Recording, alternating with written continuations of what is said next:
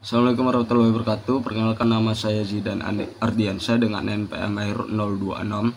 Saya Lela Ismawati, NPM akhir 027. Assalamualaikum warahmatullahi wabarakatuh. Perkenalkan, nama saya Putri Pemina Wijayanti dengan NPM akhir 058. Perkenalkan, nama saya Desilia Dewi Susanti dengan NPM akhir 332. Dasar-dasar akuntansi pajak penghasilan. Pendapatan keuangan sebelum pajak adalah istilah pelaporan keuangan.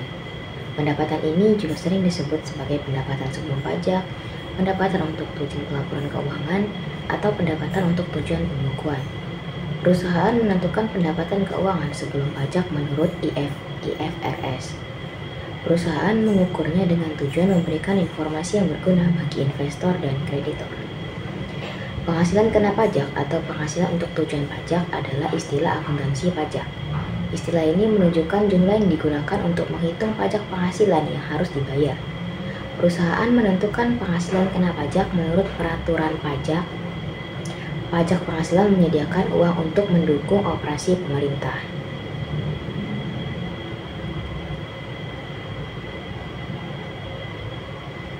Perbedaan antara beban pajak penghasilan dan pajak penghasilan yang terutang karena alasan sederhana. Untuk pelaporan keuangan, perusahaan menggunakan metode akrual penuh untuk melaporkan pendapatan. Sedangkan untuk tujuan pajak, kebanyakan perusahaan itu umumnya menggunakan basis kas yang dimodifikasi. Jumlah pajak masa depan dan pajak tangguhan.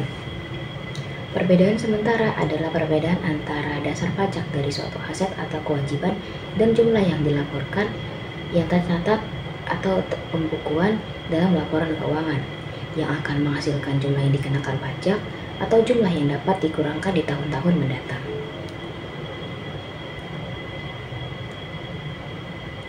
Asumsi yang melekat dalam laporan posisi keuangan IFRS perusahaan adalah bahwa perusahaan memulihkan dan menyelesaikan aset dan liabilitas pada jumlah yang dilaporkan atau jumlah yang tercatat. Asumsi ini menciptakan persyaratan dalam akuntansi akrual untuk mengakui konsekuensi pajak tangguhan dari perbedaan temporer saat ini. Artinya, perusahaan mengakui jumlah pajak penghasilan yang harus dibayarkan atau dapat dikembalikan ketika mereka memulihkan dan menyelesaikan jumlah aset dan liabilitas yang dilaporkan masing-masing.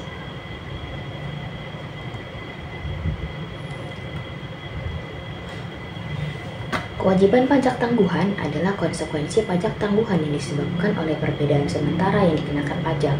Dengan kata lain, kewajiban pajak tangguhan merupakan peningkatan pajak yang harus dibayarkan di tahun-tahun mendatang sebagai akibat dari perbedaan sementara yang dikenakan pajak yang ada pada akhir tahun berjalan. Kewajiban nyata. Beberapa analis mengabaikan kewajiban pajak tangguhan saat menilai kekuatan finansial suatu perusahaan. Namun, IASB menyatakan bahwa kewajiban pajak tangguhan memenuhi definisi kewajiban karena yang pertama, hal ini disebabkan oleh peristiwa masa lalu. Yang kedua, merupakan kewajiban saat ini di mana penghasilan kena pajak pada periode mendatang akan melebihi penghasilan keuangan sebelum pajak sebagai akibat dari perbedaan sementara ini. Kemudian yang ketiga, hal ini akan memerlukan pengalihan sumber daya ekonomi karena penghasilan kena pajak dan pajak yang jatuh tempo pada periode mendatang akan dihasilkan dari peristiwa masa lalu. Pembayaran pajak ini ketika jatuh tempo pada periode mendatang memerlukan pengalihan sumber daya. Serangkaian studi menunjukkan bahwa pajak tangguhan memberikan informasi tambahan tentang pembayaran pajak masa depan dan bahwa pasar memandang aset dan liabilitas pajak tangguhan sama dengan aset dan liabilitas lainnya. Jumlah pengurangan pajak masa depan dan pajak tangguhan. Jumlah yang dapat dikurangkan di masa mendatang menyebabkan pendapatan kena pajak menjadi lebih kecil daripada pendapatan keuangan sebelum pajak di masa mendatang sebagai akibat dari perbedaan sementara yang ada. Aset pajak tangguhan adalah konsekuensi pajak tangguhan yang dapat diatribusikan pada perbedaan temporer yang dapat dikurangkan. Dengan kata lain, aset pajak tangguhan merupakan peningkatan pajak yang dapat dikembalikan atau dihemat di masa mendatang atau pada tahun sebagai akibat adanya perbedaan sementara yang dapat dikurangkan pada akhir tahun berjalan. Aset real. Masalah utama dalam akuntansi pajak penghasilan adalah apakah perusahaan harus mengakui aset pajak tangguhan dalam catatan keuangan. Berdasarkan definisi konseptual aset, Aset pajak tangguhan memenuhi 3 kondisi utama agar suatu item dapat diakui sebagai aset. Yang pertama, hal ini disebabkan oleh peristiwa masa lalu. Yang kedua, merupakan sumber daya ekonomi masa kini. Artinya, pendapatan kena pajak lebih rendah daripada pendapatan keuangan sebelum pajak. Karena perbedaan temporer yang dapat dikurangkan ini mengurangi pajak yang harus dibayarkan di masa mendatang. Manfaat masa depan yang mungkin ada pada akhir periode berjalan. Yang ketiga yaitu entitas mengendalikan akses ke manfaat tersebut.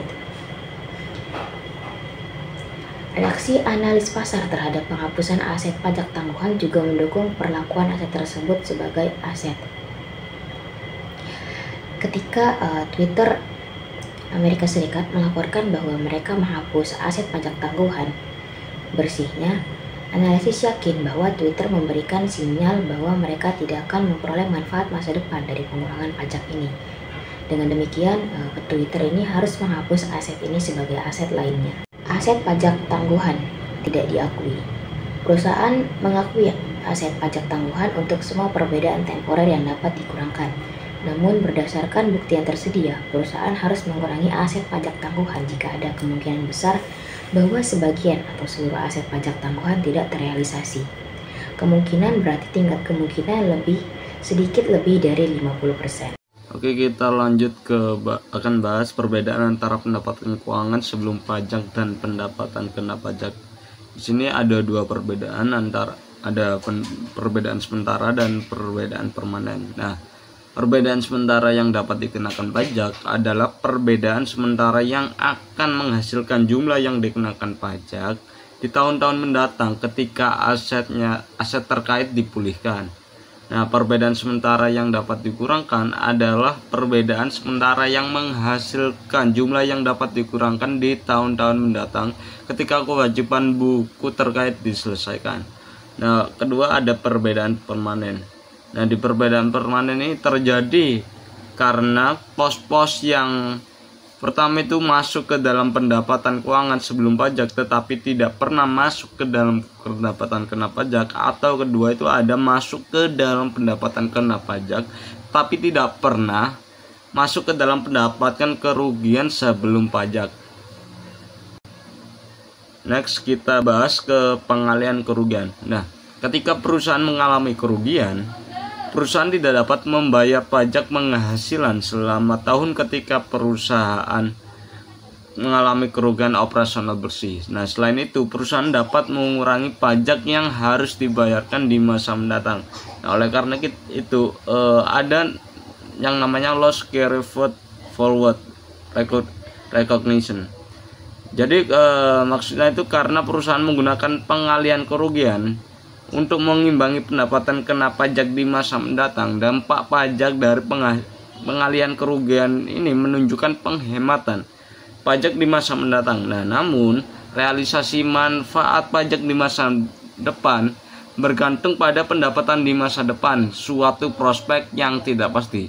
Nah, loss carry forward recognition atau pengalihan kerugian ini ada jurnalnya. Yang pertama itu di debit ada deferred tax asset dan di kreditnya ada income tax expense. Oke, selanjutnya yaitu presentasi laporan keuangan. Kita akan membahas pertama mengenai laporan posisi keuangan. Nah, perusahaan mengklasifikasikan pajak yang diterima atau dibayarkan sebagai aset lancar atau kewajiban lancar. Meskipun aset dan kewajiban pajak lancar diakui dan diukur secara terpisah, aset dan kewajiban tersebut seringkali diimbangi dalam laporan posisi keuangan. Penyimbangan tersebut terjadi karena perusahaan biasanya memiliki hak yang dapat diberlakukan secara hukum untuk mengimbangi aset pajak lancar, yaitu piutang penghasilan, dan kewajiban pajak lancar yaitu pajak penghasilan yang harus dibayar. Jika terkait dengan pajak penghasilan yang dikenakan oleh otoritas perpajakan yang sama, aset pajak tangguhan dan liabilitas pajak tangguhan juga diakui dan diukur secara terpisah, tetapi dapat dikurangkan dalam posisi laporan keuangan. Aset pajak tangguhan, laporan neto atau liabilitas pajak tangguhan dan neto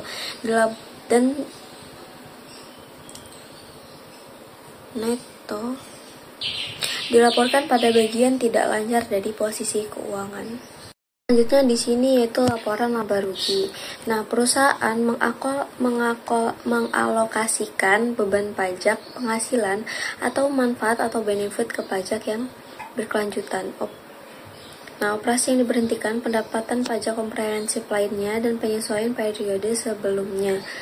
Pendekatan ini disebut dengan penyesuaian pajak intraperiode alokasi. Nah, selain itu komponen beban atau benefit pajak penghasilan mungkin termasuk yang pertama, beban pajak kini, kemudian yang kedua ada penyesuaian apapun yang diakui pada periode tersebut untuk pajak kini dan periode sebelumnya kemudian ada jumlah beban pajak tangguhan yang berkaitan dengan asal mula dan pembalikan perbedaan sementara. Kemudian yang keempat ada jumlah beban manfaat pajak tangguhan yang berkaitan dengan perubahan tarif pajak atau pengenaan pajak baru. Kemudian yang kelima ada jumlah manfaat yang timbul dari kerugian pajak yang sebelumnya tidak diakui kredit pajak atau perbedaan sementara pada periode sebelumnya yang digunakan untuk mengurangi beban pajak ini dan pajak tangguhan, yaitu rekonsiliasi pajak. Nah, pengungkapan penting lainnya adalah rekonsiliasi beban pajak aktual dan tarif pajak yang berlaku. Nah, perusahaan menyediakan dua. Yang pertama, rekonsiliasi numerik antara beban manfaat pajak dan hasil perkalian laba akuntansi dengan tarif pajak yang berlaku, yang juga mengungkapkan dasar perhitungan tarif pajak yang berlaku. Kemudian yang kedua, atau rekonsiliasi numerik antara tarif pajak efektif rata-rata dengan tarif pajak yang berlaku, yang juga mengungkapkan dasar perhitungan tarif pajak yang berlaku. Nah, dalam menjelaskan hubungan antara beban manfaat pajak dan pendapatan akuntansi, perusahaan menggunakan tarif pajak yang berlaku untuk memberikan informasi yang paling berarti bagi pengguna laporan keuangannya. Pengungkapan pajak penghasilan ini diperlukan karena ada beberapa alasan. Yang pertama yaitu untuk menilai kualitas laba. Nah, banyak investor yang ingin menilai kualitas laba perusahaan tertarik pada hubungan antara pendapatan keuangan sebelum pajak dan pendapatan kena pajak. Nah, analisis dengan cermat memeriksa laba yang ditingkatkan oleh efek pajak yang menguntungkan, terutama jika efek pajak tersebut tidak berulang. Kemudian yang kedua yaitu membuat prediksi yang lebih baik tentang arus kas masa depan. Nah, pemeriksaan bagian yang ditangguhkan dari beban pajak penghasilan memberikan informasi mengenai apakah pajak yang dibayarkan kemungkinan akan lebih tinggi ataupun lebih rendah di masa depan. Kemudian yang ketiga ada memprediksi arus kas masa depan untuk kerugian operasional, pengalihan kerugian operasional. Nah, perusahaan harus mengungkapkan jumlah dan tanggal kadaluarsa dari setiap pengalihan kerugian operasional untuk tujuan perpajakan. Nah, dari pengungkapan ini analis menentukan jumlah pendapatan yang dapat diakui perusahaan di masa mendatang yang tidak akan dikenakan pajak penghasilan, yaitu perubahan pajak. Pengurangan tarif pajak dapat menjadi pedang bermata dua bagi perusahaan yang memiliki saldo aset pajak tangguhan yang besar. Penurunan tarif pajak berarti aset pajak tangguhan menjadi kurang bernilai, karena tagihan pajak yang lebih rendah berarti lebih sedikit peluang untuk menggunakan aset pajak tangguhan sebelum kadaluarsa. Nah, jadi ada perubahan pajak dalam pengurangan tarif pajak yang mungkin tidak positif bagi beberapa perusahaan yang memiliki saldo aset pajak tangguhan yang besar. Nah, kemudian di sini ada penerapan konsep dan prosedur alokasi pajak antar periode. Nah, penerapan konsep dan prosedur alokasi pajak antar periode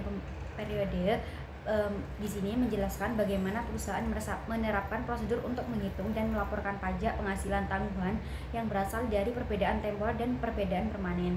Nah, fokus utamanya adalah pada perbedaan perlakuan akuntansi antara laporan keuangan dan laporan pajak yang mengakibatkan adanya pajak tangguhan. Nah, untuk contoh soal yang terkait di sini ada kasus AKI Ltd tahun 2021 sampai 2022. Nah, untuk deskripsi kasus di sini, AKI Ltd memulai operasinya pada awal tahun 2021 dan menghasilkan produk melalui kontrak. Nah, setiap kontrak menghasilkan pendapatan sebesar 80.000. beberapa kontrak diselesaikan dengan pembayaran angsuran di mana AKI mengumpulkan 1/5 dari pendapatan kontrak selama 4 tahun berikutnya. Nah, untuk tujuan pelaporan keuangan, AKI mengakui pendapatan pada tahun penyelesaian kontrak atau basis akrual. Namun, tujuan pajak AKI mengakui pendapatan pada tahun pembayaran diterima atau basis angsuran. Untuk informasi tambahan, untuk tahun 2021, AKI menyelesaikan 7 kontrak dengan total pendapatan terkait sebesar 560.000. Dari jumlah tersebut, hanya 112 yang dilaporkan sebagai pendapatan dalam laporan pajak 2021. Sisanya akan dilaporkan selama 4 tahun berikutnya. AKI juga membeli aset yang dapat disusun senilai 540 dengan menggunakan metode garis lurus untuk tujuan pelaporan keuangan, tetapi menggunakan metode penyusutan dipercepat untuk tujuan pajak. Kemudian AKI mengakui kewajiban garansi produk sebesar 200.000 untuk pelaporan keuangan, tetapi hanya membayar 44.000 dari kewajiban ini pada tahun 2021. Nah, untuk pertanyaan di sini, berapakah pajak tangguhan yang harus diakui AKI pada akhir tahun 2021? Yang B, buatlah jurnal untuk mencatat pajak penghasilan tahun 2021 berdasarkan informasi yang di slide sebelumnya. Kemudian tentukan bagian dari laporan laba rugi untuk tahun 2021 yang berhubungan dengan pajak penghasilan dimulai dengan laba sebelum pajak penghasilan. Nah, untuk jawabannya di sini saya mengambil kesimpulannya, yaitu AKI Ltd akan melaporkan pajak tangguhan sebesar 208.200 pada laporan laba rugi, di samping pajak penghasilan KI sebesar 33.600 menghasilkan total pajak penghasilan sebesar 241.800. Nah, jawaban ini mencakup pengakuan pajak tangguhan dari perbedaan temporer antara pendapatan dan penyusutan serta pengakuan kewajiban garansi produk sesuai dengan prosedur alokasi pajak antar periode. Nah, untuk materi selanjutnya di sini ada akuntansi untuk loss carrybacks. Nah, dengan ini menjelaskan perlakuan akuntansi untuk rugi operasional bersih atau net operating loss atau NOL carryback. Nah, beberapa negara memungkinkan perusahaan untuk membawa rugi tahun berjalan ke tahun-tahun sebelumnya yang menghasilkan pengembalian pajak atau refund dari pajak yang telah dibayar pada tahun sebelumnya, pada periode sebelumnya. Nah, periode carryback bervariasi di setiap negara. Nah, misalnya di Kanada, Perancis, dan Jepang, perusahaan dapat melakukan carryback selama 2 tahun. Kemudian beberapa negara lain seperti Australia dan Hong Kong tidak mengizinkan carryback dan hanya mengizinkan carry forward atau memindahkan rugi ke tahun-tahun berikutnya. Yang pertama di sini ada loss carryback. Nah, perusahaan dapat menerapkan rugi operasional atau NOL pada laba kena pajak dari periode sebelumnya sehingga memperoleh pengembalian pajak dari pajak yang telah dibayar pada periode tersebut. Nah, jika masih ada rugi setelah carryback, rugi tersebut dapat dibawa ke depan atau carry forward untuk mengurangi laba kena pajak di masa mendatang. Kemudian yang kedua ada akuntansi untuk loss carryback. Nah, jika perusahaan mengajukan klaim carryback, maka mereka mencatat setiap transaksi, mencatat aset pajak penghasilan yang terkait dengan pengembalian pajak yang diharapkan.